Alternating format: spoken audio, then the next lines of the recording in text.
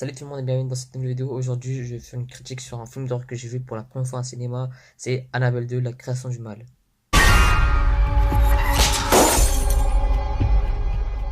Seigneur, aidez-moi!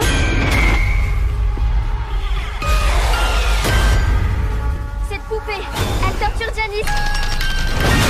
Il faut s'en débarrasser.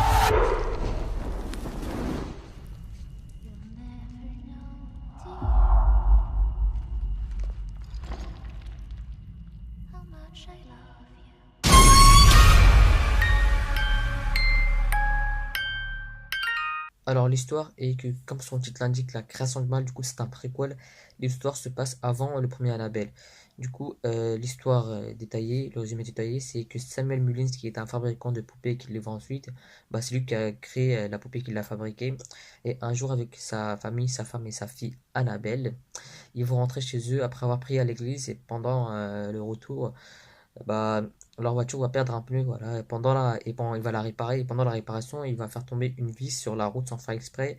Et cette vis, elle est importante, voilà, pour la réparer. S'il n'y a pas la vis, bah, du coup, comment tu veux qu'il la répare?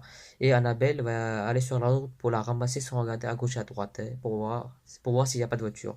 Elle va la ramasser, elle aura une voiture et elle va l'écraser. Voilà, la voiture va l'écraser et c'est là qu'elle va mourir. Puis l'histoire se passe 12 ans plus tard, lorsque des jeunes enfants d'une orphelinat vont venir habiter chez les Mullins avec la sœur Charlotte ou la nonne, comme vous voulez. Et pour les Mullins, ils croient que s'il y a des enfants ou des nouvelles personnes qui viennent y vivre ici, bah, ça va calmer des choses. Je vais vous expliquer c'est quoi les choses.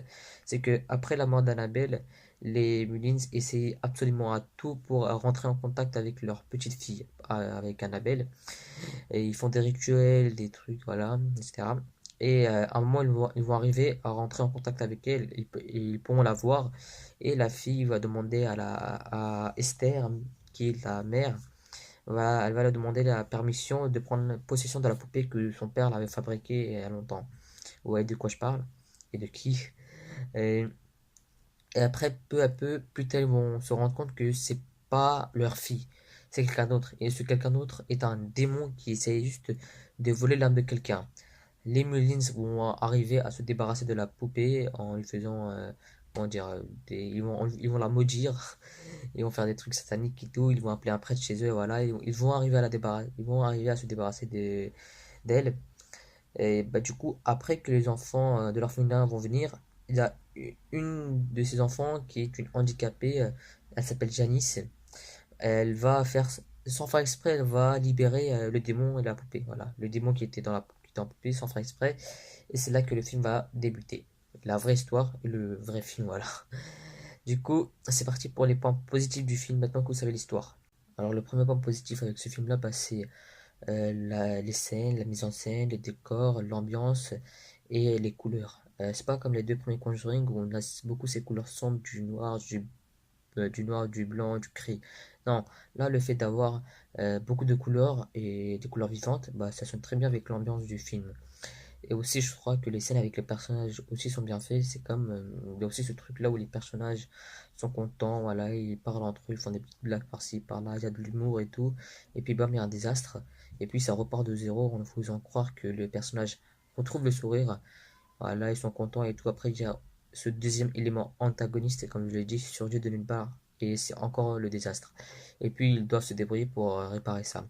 Et, et je crois que la mise en scène aussi est très bien faite, surtout les scènes avec les jumpscares, mais je vais en revenir plus tard sur ça. En tout cas, je trouve que les couleurs que rapporte ce film, l'ambiance, les scènes, les décors et la mise en scène sont excellentes. Maintenant, passons au deuxième point, les jumpscares, comme je viens de le dire. Alors, le deuxième point positif de ce film-là, bah, c'est les jumpscares, comme je viens de le dire. Je crois qu'il y en a partout dans ce film-là, plus que le premier, et je crois qu'ils sont bien placés au bon moment du film. C'est par exemple, il y a beaucoup ces scènes-là où les personnages sont contents et tout, et après ils voient des petites choses, des petites choses qui nous donnent des mini frissons. Et là, à ce moment, on est déjà sûr qu'il y aura un petit jumpscare, du coup, on se prépare, on sait, et là, il n'y a rien. Du coup, ça va, on est tranquille, on est content, et puis là, oui, du coup, je disais qu'il y a aussi ces petits jumpscares qui surgissent de nulle part après avoir cru pendant une seconde qu'il n'y en aurait pas, mais au final, il y en a. mais il y a aussi ces petites jumpscares trompeuses. Laissez-moi vous expliquer. Par exemple, il y a beaucoup de scènes dans ce film-là où les personnages principaux essaient de chercher le fantôme, où il est passé, ou le démon, comme vous voulez. Et là, tout le monde se dit à ce moment que le perso il a juste à se retourner, que le fantôme il serait là. Le personnage se retourne, il n'est pas là. Du coup, là, tout le monde dit qu'on connaît cette technique-là. Le personnage il a juste à se retourner. Et là, le fantôme serait là. Quand le personnage se retourne, personne. Ah non, non, non. Ah non, non, non, je vais pas vous spoiler. Ah non, non, non. Ah non, non, no spoil, no spoil. Vous avez lu le titre ou pas? No spoil. Alors, si vous voulez savoir, bon, regardez le film. Alors, le dernier point positif de ces films-là, bah, c'est les acteurs. Voilà, tous les acteurs ils ont très bien joué leur rôle et j'ai senti la même chose euh, que ce que j'ai senti dans La planète des singes, Supremacy. Parce que comme j'avais vu les deux premiers films, La planète des singes, bah, les personnages vraiment m'ont marqué. Ils étaient vraiment beaucoup attachants et beaucoup adorables. Et j'avais peur que, est-ce que dans ce dernier film, il y a des personnages qui vont mourir. Et là, dès le premier film, dans Annabelle 2, j'ai beaucoup aimé les personnages.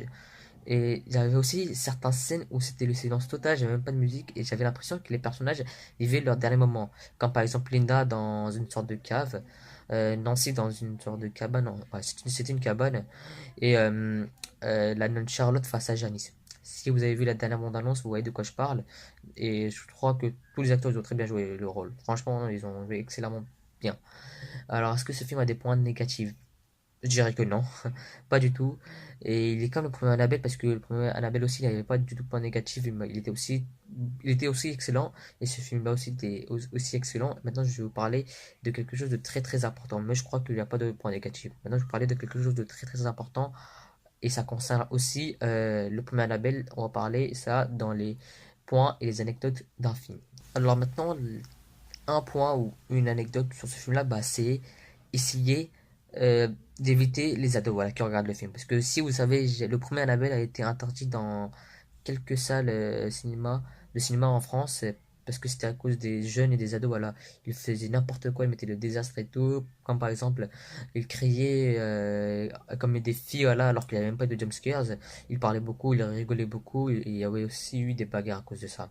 Du coup, là, c'était pareil quand je suis parti aller voir le film avec mon pote.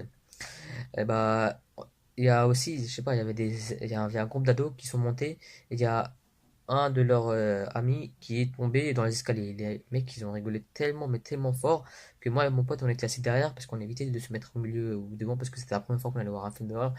On avait peur d'avoir une crise cardiaque. Du coup, on s'est mis derrière et les mecs, ils ont rigolé tellement fort qu'on a entendu jusqu'à derrière. Il y avait aussi, je sais pas, un jeune, il est venu, il cherchait la place et il nous a flashé la lumière sur notre face. Et du coup, moi, ça me gênait et tout. Et il y avait aussi, comme je l'ai dit aussi, à un certain moment, il n'y avait pas de jumpscares et les mecs ils criaient comme des filles et ça faisait rire toute la salle. À part moi, parce que j'étais énervé. Et voilà quoi, et les mecs ils parlaient trop. Et à un moment, il y a un mec qui s'est énervé contre les jeunes parce qu'il parlait beaucoup fort. Il a dit, oh la ferme! Et il y a un ado qui a répondu, oh c'est bon. Et là, à ce moment, j'ai commencé à stresser. Non, non, pas de bagarre, s'il vous plaît. J'ai envie de voir tout le film complet là, s'il vous plaît.